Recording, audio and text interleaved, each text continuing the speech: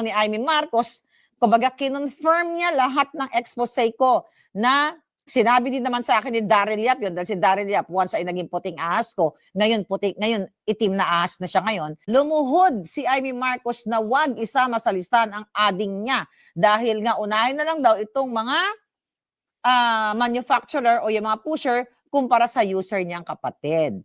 Dahil sinasabi ni Amy dun sa kanyang speech na kinakausap naman yung kapatid niya na magbagong buhay pa.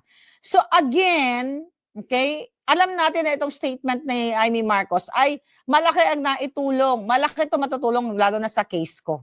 Okay? Sa kaso ko. At malaki ang maitutulong sa bayan na magising kayo ng diwa. Pero wag natin aalisin na kung talagang mahal ni Amy ang bayan, unang segundo pa lang, alright, na hindi na dapat niya pinatakbo ang kapatid niya. Dahil siya rin na mismo nagsabi, ang mga PSG ang naglilinis ng mga kalat ng singutan ni Bangag. Umaga pa lang, ang breakfast ay what? Pulburon or MJ. Diba? Then si Inday Sara, may revelation, alas 10 pa lang ng umaga, amoy whiskey na si Bangag. So nagko-corroborate lahat, which is dangerous to our nation.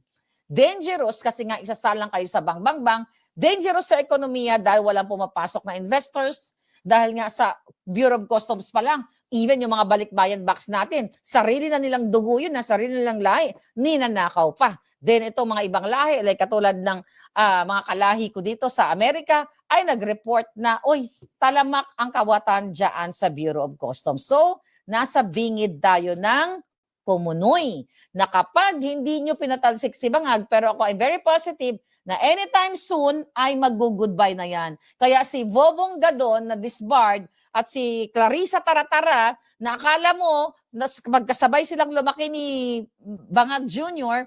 na mayroon siyang personal knowledge na hindi talaga adikto si Bangag.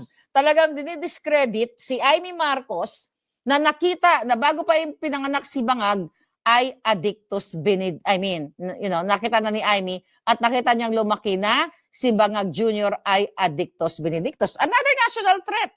Recently lang, magkano na ang peso? 59? Si 60? Kasi hindi naman tumataas ang sweldo ninyo. Bagsak ang ekonomiya, bagsak ang pamumuhay ng tao dahil kulang ang sweldo, walang trabaho.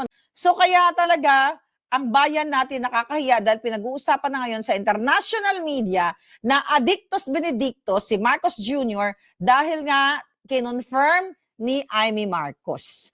Kahit anong gawin nila noong July 21, nire-repost ko yung pagsisingot niya ni Bangag.